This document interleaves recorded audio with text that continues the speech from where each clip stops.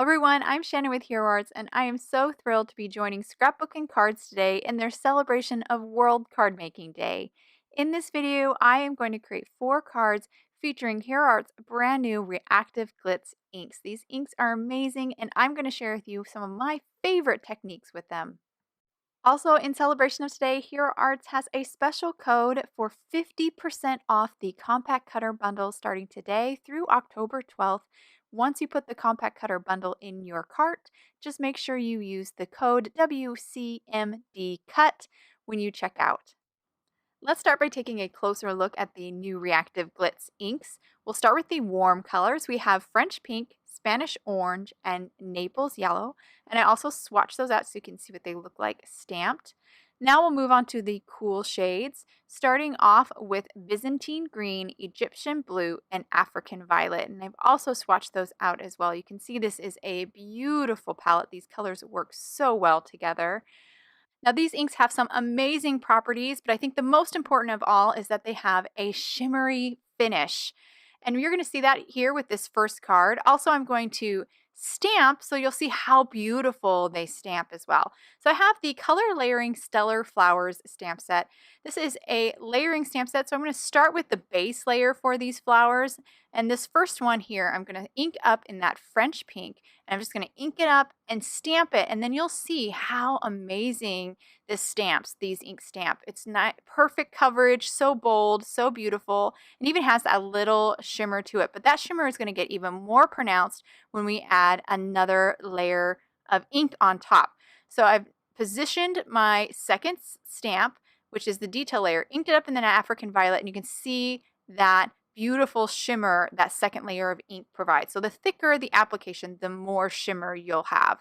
So now moving on to my second flower using Naples yellow here, and then I'll move on to the Spanish orange for the top layer or the detail layer. Love how that flower turned out. And then for my third and final flower, we're going to start with the African violet again, and then we'll finish up with a beautiful blue, that Egyptian blue. Love this color. It's so bold and bright, just really stunning. Now for the leaves, I'm going to ink them up in that Byzantine green. This is an awesome one as well. The shimmer is a little bit more pronounced on that one, I feel like. And then I wanted to show you real quick this trick for spindly stamps, especially ones that won't kind of stay upright when you're trying to pick them up in your MISTI. Place them on a piece of acetate, then get them in position, and then pick it up with your MISTI. And that acetate, because the stamp is kind of sticky, will stay in place and stay upright and allow you to fold your MISTI over and pick up that stamp while it's in the right position, which is just awesome. Really handy trick for when you have those spindly kind of stamps. So now I'm going to ink up the detail layer for the stem and the leaf in that Egyptian blue once more, and now we have our finished flower and leaf. So I went ahead and stamped a couple more stems and a couple more leaves, and we're ready now to die cut these out. So for die cutting, I'm going to use our Hero Arts compact cutter. I've trimmed down so it's a smaller strip here, and I'm going to arrange my dies over my stamped images and then place the 2 plates together and run it through my die cutting machine. And it just works like a dream. It cuts them out beautifully, and it's just so handy to have it, the smaller one. It's just easier to kind of grab and bring it over to your work surface. I really enjoy using it for my smaller images. So you can see I went ahead and die cut all of my flowers, leaves, and stems out. Now we're ready to kind of bring this card together, starting off with a sentiment. So I've grabbed one of the sentiments from that Color Layering Stellar Flower stamp set and positioned it over my card front. Going to stamp it in Hero Arts Pitch Black ink. It is a really cute one. It says just a little something special for you, which I think is so sweet. I've arranged my flowers, leaves, and stems, and then I'm going to pick them up with a piece of press and seal. Once I have them in the right arrangement, flip them over, and then start to add my foam adhesive to the backside, because I've got to pop these up a little bit, because this is pretty much a nice, clean, and simple card, so that little bit of dimension will really add some beautiful shadows and add a lot to the design. I did accidentally forget to remove the backing on that little leaf there, so I'm going to remove the backing real quick and then pop him down on the card front as well. And I just love the way this turned out. You can kind of see that shimmer there over the flowers and leaves. It's so pretty, and the colors are so intense and vibrant, just stunning. Now we're going to get into some of my favorite ways to use the inks, which is with water. So the other property of these inks is that they are reactive, hence the Reactive Glitz name. And that just opens up so many more techniques and possibilities. So I've arranged in my MISTI here the Sunburst Flowers Cling Stamp, as well as an A2 panel of Luxe White watercolor paper from Hero Arts. Now I'm going to ink up this cling stamp with my Reactive Glitz inks, but at an angle, each one, starting first with the yellow because that's the lightest color. I'm trying to not cross-contaminate my ink pads as much. And then I moved on to my warm, starting with the Spanish orange, then the French pink. Now I'm moving on to the cools. That's the Byzantine green. Now I'm moving on to the Egyptian blue. And lastly, I'll finish up with that African violet as well. So now that I have the stamp all inked up, we're going to bring in the water. But I started spritzing here, and I kind of noticed I need to probably ink up that corner a little bit more with the French pink. So I inked that up, and then I spritzed the whole stamp all over it with my spray bottle till I have like little pools of water on the surface of my stamp. Then I folded my MISTI over and stamped onto my watercolor paper. You can see that transfers that ink down, and it has almost this watercolor look, and the colors beautifully mix and play together. It is stunning. Just wait till you see it dried.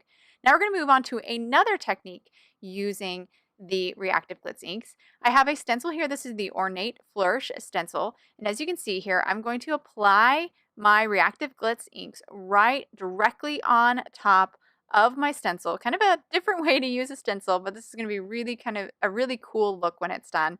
I've started with my warms, first the Naples yellow, then the Spanish orange and the French pink. Now I'm moving on to the cools, the Byzantine green, this is the Egyptian blue, and then lastly that African violet.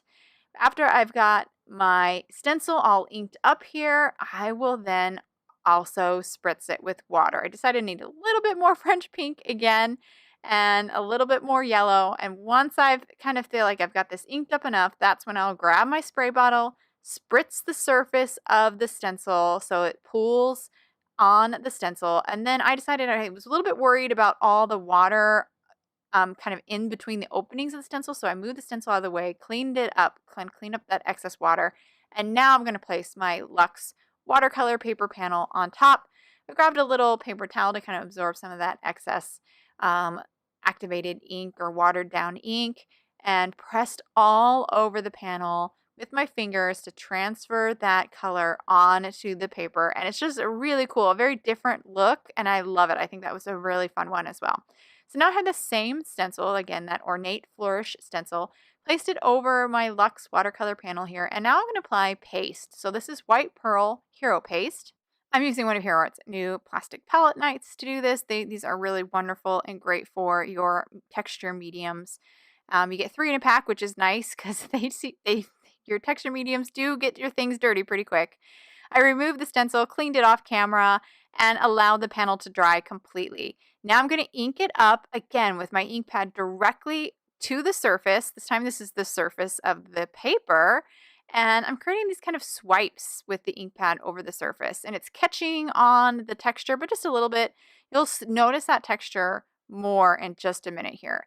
Using all of our colors, definitely keeping that rainbow palette because these just look so beautiful together. They play so nicely. And once I have this all inked up, I'm going to grab my spray bottle again and start spritzing that ink. And that's going to activate that ink. And you can see clearly here on camera that ink moving around, mixing and playing, sliding down the paper.